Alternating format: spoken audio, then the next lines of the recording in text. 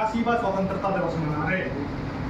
आज हम आज़ाद हैं, लेकिन ये आज़ादी हमें कोई उपहार में नहीं मिली। इस देश को आज़ाद कराने के लिए, इस देश को स्वतंत्रता दिलाने के लिए पता नहीं कितनी माताओं बहनों ने अपना सिंदूर साफ किया, पता नहीं कितनी माताओं बहनों ने अपने बेटों की कुर्बानी दी है, तब जाकर हमें आज़ादी मिली है।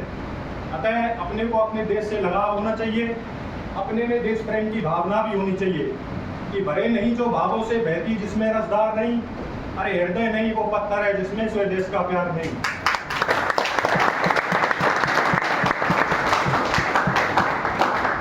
आज ये देश सुरक्षित है तो हम भी सुरक्षित हैं, ये देश सुरक्षित नहीं तो हम भी सुरक्षित नहीं।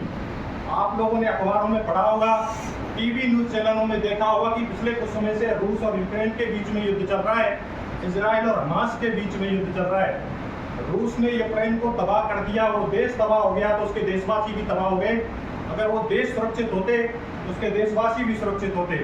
तब कहता हूँ कि देश से है प्यार तो हरदम ये कहना चाहिए, अरे मैं रहूं या ना रहूं पर ये देश रहना चाहिए।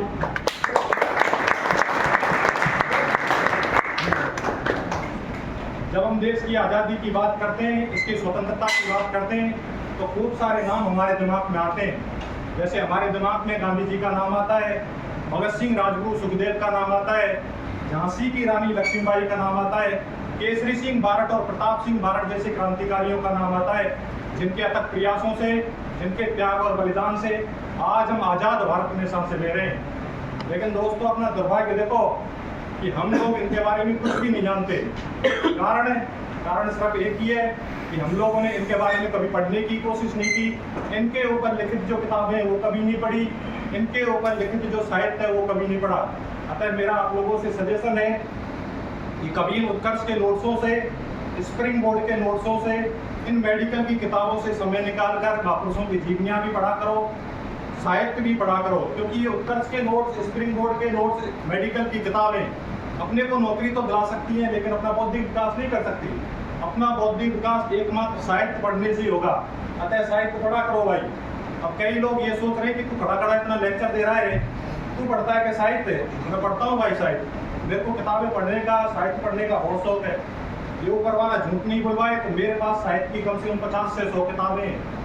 गांधी जी की 2 किताबें मैंने पढ़ी हैं। गांधी जी की एक किताब है सत्य के साथ मेरे प्रयोग, experiment with the truth. Gandhi ji के ऊपर नाथुराम गोडसे ने एक किताब लिखी है, मैंने गांधीवाद क्यों किया, वो मैंने पढ़ी है। डॉक्टर एपीजे अब्दुल कलाम साहब की एक किताब मैंने पढ़ी है, विंग्स ऑफ फायर, अग्नि की उड़ान। भगत सिंह जी की एक किताब मैंने पढ़ी है, जेल डायरी। भगत सिंह जी ने जेल में रहते हुए कुछ लेटर्स लिखे थे, कुछ पत्र लिखे थे अपने घर वालों के लिए, अपने दोस्तों के लिए, ब्रिटिश साम्राज्य के लिए। उन पत्रों को, उन लेटर्स को एक किताब का रूप दे दिया। माइथोलॉजी की खूब सारी किताबें मैंने पढ़ी हैं। मैंने रामायण पढ़ी है, रामायण में आज भी पढ़ता हूँ, महाभारत मेरी पढ़ी हुई है, बाइबल भी मेरी पढ़ी हुई है। अतः साहित्य पढ़ा करो। स्वामी दयानंद सरस्वती का बहुत शानदार नारा आता है कि वेदों की ओर लौटो, और मैं कहता हूँ कि साहित्य की ओर लौटो। पढ़ाई के इस दौर में अपने को एक चीज का विशेष रूप से ध्यान रखना है, वो है अपनी हेल्थ का, अपने स्वास्थ्य का। क्योंकि आदमी का स्वास्थ्य सही है ना तो वो पत्थर तोड़ के भी अपना पेट भर सकता है, पत्थर तोड़ के भी अपने परिवार का भरण पोषण कर सकता है। और आदमी का स्वास्थ्य सही नहीं है तो उसको व्हाइट कॉलर जॉब दे दी जाए ना, अपन उसको भी नहीं कर सकते। अपनी लाइब्रेरी के बाहर एक दुकान है अमन न्यूट्रिशंस की, आप लोगों ने सबने देखी है वो दुकान। उसके मेन गेट पर बड़ी जोरदार सी बात लिखी हुई है, योर हेल्थ इज वेल्थ। तुम्हारा स्वास्थ्य सबसे बड़ी पूंजी है, तुम्हारा स्वास्थ्य सबसे बड़ा धन है। और वैसे भी विभिन्न अपने धार्मिक ग्रंथों में 7 सुख बताए गए हैं, 7 सुख बताए गए अपने धार्मिक ग्रंथों में।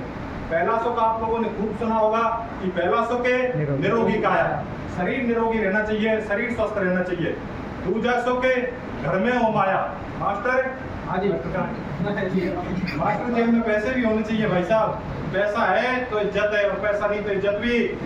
कि पैसा बिना बाप कहे पूत है कब पूत में रहो, और पैसा बिना बाप कहे काय को बेटो। तीसरा सुख है सुलक्षणा नारी। साहिब लुगाई सुंदर नहीं हो ना तो भी चलेगी, पर भाई साहब बेलखनी नहीं होनी चाहिए, अक्खर अच्छे होने चाहिए। चौथा सुख है बेटा आज्ञाकारी, ये भी अपने आप में एक सुख ही है। 5वां सुख स्वदेश में वासा, रहना अपने देश में, विदेश में नहीं रहना। 6वां सुख सुखराज में पासा, की सुखों में इसी तरह से वृद्धि होती चली जाए। 7वां सुख संतोषी जीवन, ऐसा है तो धन्य है जीवन। बहुत बहुत धन्यवाद।